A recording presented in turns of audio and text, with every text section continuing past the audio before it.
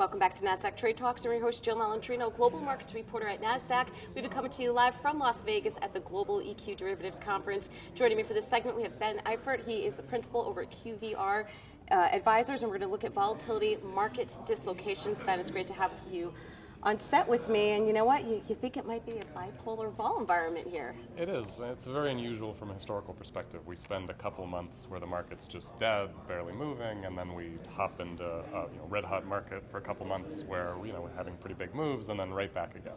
As opposed to, I think, mostly historically where we'd have a big shock, but then it would slowly taper off over time. So it's very different than the old days. It seems like we have these extreme peaks, these extreme troughs, and they happen within a month.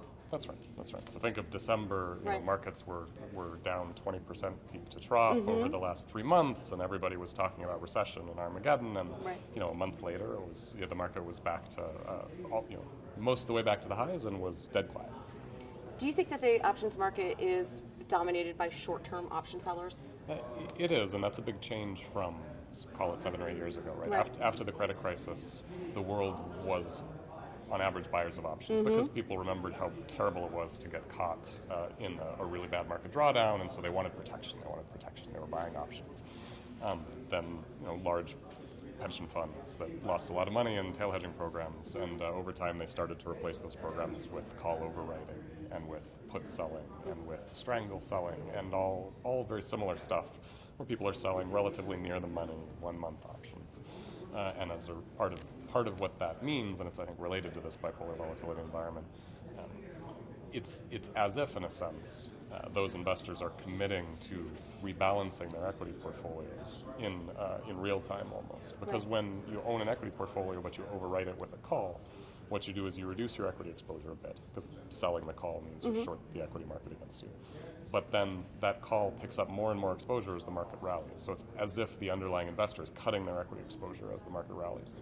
And vice versa, as the market sells off, they're increasing their equity exposure. And the overall numbers here are quite large. So it translates into, when markets are quiet, into this very counter-cyclical rebalancing where there's a huge amount of buying that has to happen if the market goes down a little bit, and a bunch of selling that has to happen if the market goes up a little bit, and that makes for a very quiet, stable equilibrium unless and until enough happens to kind of blow us out of that range. Now, does this impact liquidity at all?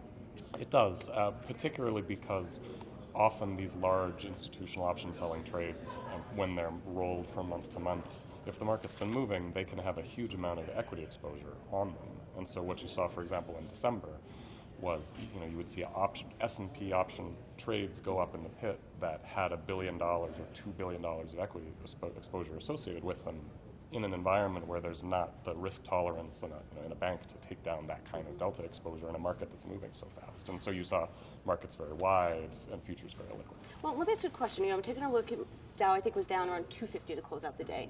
And we're kind of seeing how much the Dow was down because it's such a large number. Sometimes the headlines would say, VIX was up 20, 30% today. Does it feel low to you? Because, despite the moves that we had, it's still, within the historical average, nothing too elevated. No, VIX really has been pretty contained. This last few weeks, we haven't had any particularly large moves. We had one, I think, about 2.5% sell-off. Today, we were down about 1.8. I think we rallied back to, a decent amount of the way. There's a lot, though VIX doesn't spike, typically in this environment, because there's such aggressive selling, VIX doesn't spike quite to the extent that it did, unless there's a February-like event last year where there was a lot of short covering in VIX specifically. So no, what's VIX right now? I didn't see where we closed, but 17 range, right? Which is sort of historically average. Well, thank you so much, Ben, for joining us at Thanks, EQD. And thanks for joining me throughout the day on Trade Talks. I'm Jill Malandrino, Global Markets Reporter at Nasdaq.